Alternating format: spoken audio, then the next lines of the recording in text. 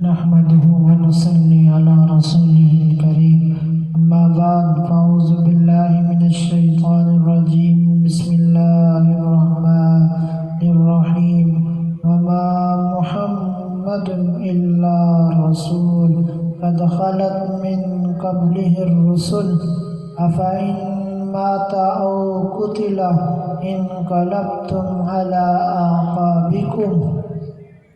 اس آیت کریمہ میں اللہ تبارک و تعالی بتا رہے ہیں کہ محمد صلی اللہ علیہ وسلم یہ رسول ہیں، اور ان سے پہلے بھی ہم نے بہت سارے رسول بھیجے گزر چکے ہیں، اور اگر یہ مر جائیں یا قتل کر دیے جائیں یا شہید کر دیے جائیں تو کیا تم الٹے پاؤں پلٹ جاؤ گے؟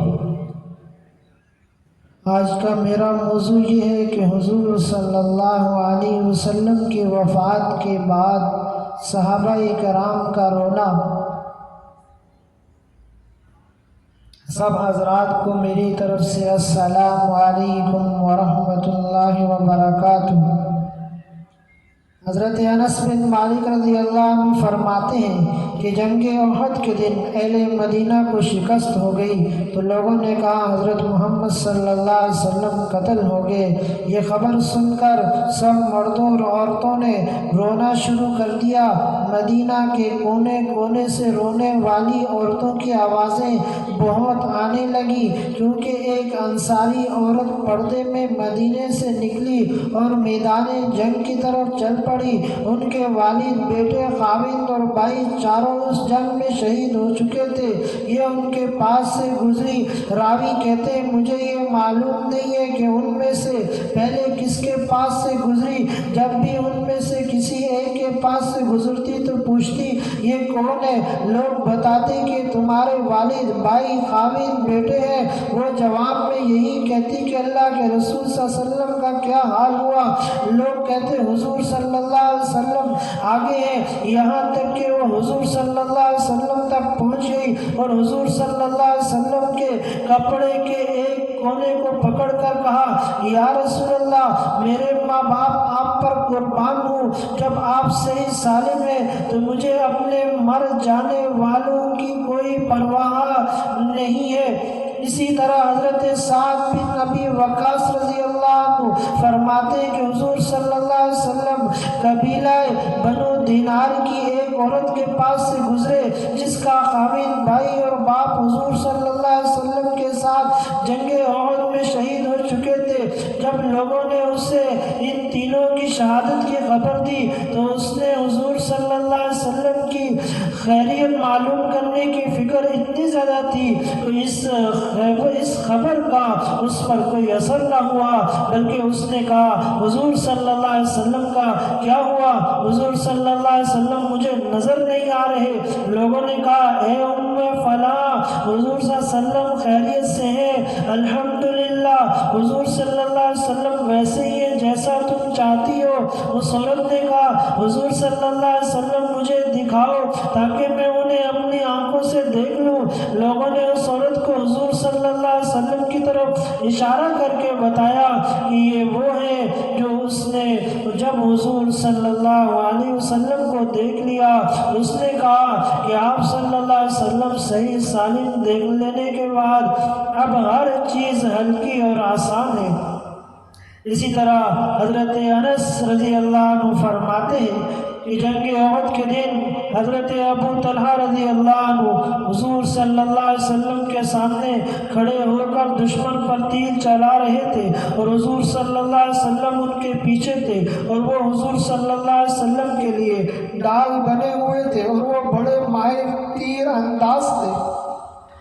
جب بھی وہ تیر چلاتے حضور صلی اللہ علیہ وسلم اوپر ہو کر دیکھتے کہ تیر کہاں گرا ہے، اور حضرت ابو طلحہ رضی اللہ عنہ اپنا سینہ اوپر کر کے کہتے یا رسول اللہ صلی اللہ علیہ وسلم، میرے ماں باپ آپ پر قربان ہو، آپ ایسے ہی نیچے رہیں، کہیں آپ کو کوئی تیر نہ لگ جائے، میرا سینہ آپ کے سینے کی حفاظت کے لیے لیے حاضر ہے۔ حضرت ابو طلحہ رضی اللہ عنہ حضور صلی اللہ علیہ وسلم کے سامنے خود کو ڈال بنائے ہوئے تھے اور آپ کی حفاظت کی خاطر خود کو شہید ہونے کے لیے پیش کر رہے تھے اور کہہ رہے تھے یا رسول اللہ صلی اللہ علیہ وسلم میں بہت مضبوط اور طاقتور ہوں، آپ مجھے اپنی تمام ضرورتوں میں استعمال فرمائیں اور جو چاہے مجھے حکم دیں۔ اب اسی طرح آگے حضور صلی اللہ علیہ وسلم کی جدائی کی یاد آ جانے پر صحابہ کرام کا رونا۔ حضرت ابو سعید رضی اللہ عنہ فرماتے ہیں کہ حضور صلی اللہ علیہ وسلم مرض الوفات میں ایک دن ہمارے پاس باہر تشریف لائے۔ ہم لوگ مسجد میں تھے، آپ نے سر پر پٹی باندھ رکھی تھی، آپ سیدھے ممبر کی طرف تشریف لے گئے، ممبر پر بیٹھ گئے، ہم نے آپ کے پیچھے پیچھے چل کر آپ کے پاس بیٹھ گئے۔ آپ نے فرمایا اس ذات کی قسم جس کے قبضے میں میری جان ہے، میں اس وقت حوض کوثر پر کھڑا ہوا ہوں، اور یہ بھی فرمایا کہ ایک بندے پر دنیا اور اس کی زینت پیش کی گئی لیکن اس نے آخرت کو اختیار کر لیا اور تو کوئی نہ سمجھتا تو اس بندے سے کون مراد؟ البتہ حضرت ابو بکر رضی اللہ عنہ سمجھ گئے اور اس سے مراد خود حضور صلی اللہ علیہ وسلم ہے، اور ان کی دونوں آنکھوں میں آنسو بھر آئے اور وہ رو پڑے اور یوں کہا میرے ماں باپ آپ پر قربان ہوں، ہم اپنے ماں باپ اپنا مال اور جان سب آپ پر قربان کرتے ہیں۔ اس کے بعد حضور صلی اللہ علیہ وسلم ممبر سے نیچے تشریف لے آئے اور پھر انتقال تک ممبر پر تشریف فرما نہ ہوئے۔ اب اسی طرح حضرت ابن عباس رضی اللہ عنہ فرماتے ہیں کہ جب اذا جاء نصر اللہ والفتح سورت نازل ہوئی اور اس میں بتایا گیا کہ آپ جس کام کے لیے آئے تھے وہ پورا ہو گیا ہے، تو حضور صلی اللہ علیہ وسلم نے حضرت فاطمہ رضی اللہ عنہ کو بلا کر فرمایا مجھے اس صورت میں اپنی وفات کی خبر دی گئی ہے۔ یہ سن کر وہ رو پڑی۔ حضور صلی اللہ علیہ وسلم نے ان سے فرمایا مت رو، کیونکہ میرے خاندان میں سے تم سب سے پہلے مجھ سے ملو گی۔ یہ سن کر وہ ہنسنے لگی۔ حضور صلی اللہ علیہ وسلم کی ایک زوجہ محترمہ یہ منظر دیکھ رہی تھی، انہوں نے بعد میں حضرت فاطمہ رضی اللہ عنہا سے پوچھا میں نے تمہیں پہلے روتے ہوئے دیکھا پھر ہنستے ہوئے، اس کی کیا وجہ ہے؟ حضرت فاطمہ رضی اللہ عنہ نے بتایا پہلے حضور صلی اللہ علیہ وسلم نے مجھ سے فرمایا مجھے اپنی وفات کی خبر دی گئی ہے، یہ سن کر میں رو پڑی۔ پھر حضور صلی اللہ علیہ وسلم نے فرمایا مت رو، کیونکہ میرے خاندان میں تم سب سے پہلے مجھ سے ملو گی، تو میں ہنس پڑی۔ حضرت عائشہ رضی اللہ عنہ فرماتی ہے کہ حضور صلی اللہ علیہ وسلم نے اپنی صاحبزادی حضرت فاطمہ رضی اللہ عنہ کو اپنے مرض الوفات میں بلایا، ان کے کان میں کوئی بات کہی جس پر وہ رو پڑی۔ حضور صلی اللہ علیہ وسلم نے پھر انہیں بلا کر ان کے کان میں کوئی بات کہی جس پر وہ ہنس پڑی۔ میں نے ان سے اس بارے میں پوچھا تو انہوں نے کہا حضور صلی اللہ علیہ وسلم نے پہلے مجھے بتایا کہ اس بیماری میں ان کا انتقال ہوا۔ پھر حضور صلی اللہ علیہ وسلم نے بتایا کہ میں ان کے خاندان میں سے سب سے پہلے ان سے جا کر ملوں گی، تو میں ہنس پڑی۔ حضرت معاذ بن جبل رضی اللہ عنہ فرماتے ہیں کہ جب حضور صلی اللہ علیہ وسلم نے انہیں یمن بھیجا تو حضور صلی اللہ علیہ وسلم ان کی ہدایات دینے کے لیے ان کے ساتھ قربی شہر سے باہر نکلے۔ حضرت معاذ رضی اللہ عنہ سواری پر تھے، حضور صلی اللہ علیہ وسلم ان کی سواری کے ساتھ پیدل چل رہے تھے۔ جب حضور صلی اللہ علیہ وسلم ہدایات سے فارغ ہو گئے تو فرمایا اے معاذ شاید اس سال کے بعد آئندہ تم مجھ سے نہ مل سکو، شاید میری تم سے ملاقات اس مسجد سے قبر کے پاس سے گزرو۔ تو یہ سن کر حضرت معاذ رضی اللہ عنہ حضور صلی اللہ علیہ وسلم کی جدائی کے غم میں پھوٹ پھوٹ کر رونے لگے۔ پھر حضور صلی اللہ علیہ وسلم ان کی طرف متوجہ ہوئے اور مدینے کی طرف منہ کر کے فرمایا قیامت کے دن لوگوں میں سے میرے سب سے زیادہ قریب متقی لوگ ہوں گے، جو بھی ہوں جہاں بھی ہوں اس کے لیے کسی خاص قوم میں سے ہونا یا میرے شہر میں رہنا ضروری نہیں ہے۔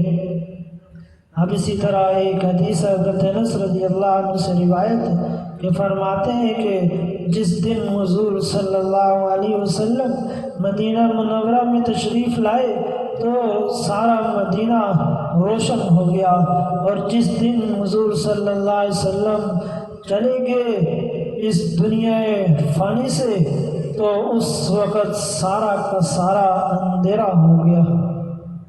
بس آخری بات نقل کر کے اپنی بات کو ختم کرتا ہوں۔ حضرت ابن عباس رضی اللہ عنہ فرماتے ہیں کہ کسی نے حضور صلی اللہ علیہ وسلم کی خدمت میں حاضر ہو کر عرض کیا کہ انصار کے مرد اور عورتیں مسجد میں بیٹھے ہوئے رو رہے ہیں۔ حضور صلی اللہ علیہ وسلم نے پوچھا وہ کیوں رو رہے ہیں؟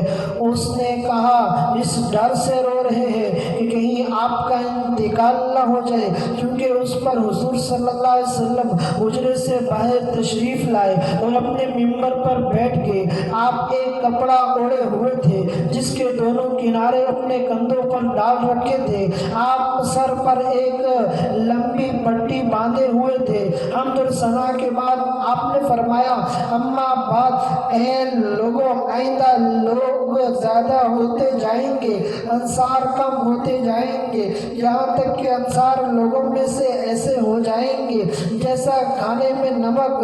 لہذا جو بھی انصار کے کسی کام کا ذمہ دار بنے اسے چاہیے کہ ان کے بلا کرنے والے کی بلائی کو قبول کرے، ان کے برے سے درگیز کرے۔ حضرت ام فضل بنت حارث رضی اللہ عنہ فرماتی ہے کہ میں حضور صلی اللہ علیہ وسلم کے مرض الوفات میں حضور صلی اللہ علیہ وسلم کی خدمت میں آئی اور میں رونے لگی۔ حضور صلی اللہ علیہ وسلم نے سر اٹھا کر فرمایا کیوں رو رہی ہو؟ میں نے کہا یا رسول اللہ آپ کے انتقال کے خوف سے اور اس وجہ سے کہ پتہ نہیں آپ کے بعد ہمیں لوگوں کی طرف سے کیسا رویہ برداشت کرنا پڑے گا۔ حضور صلی اللہ علیہ وسلم نے فرمایا تمہیں میرے بعد کمزور سمجھا جائے گا۔ اسی طرح حضور صلی اللہ علیہ وسلم کا وصال مبارک حضرت یزید بن بابونوس رحمۃ اللہ علیہ کہتے ہیں کہ میں نے اپنے ایک ساتھی کے ساتھ حضرت عائشہ رضی اللہ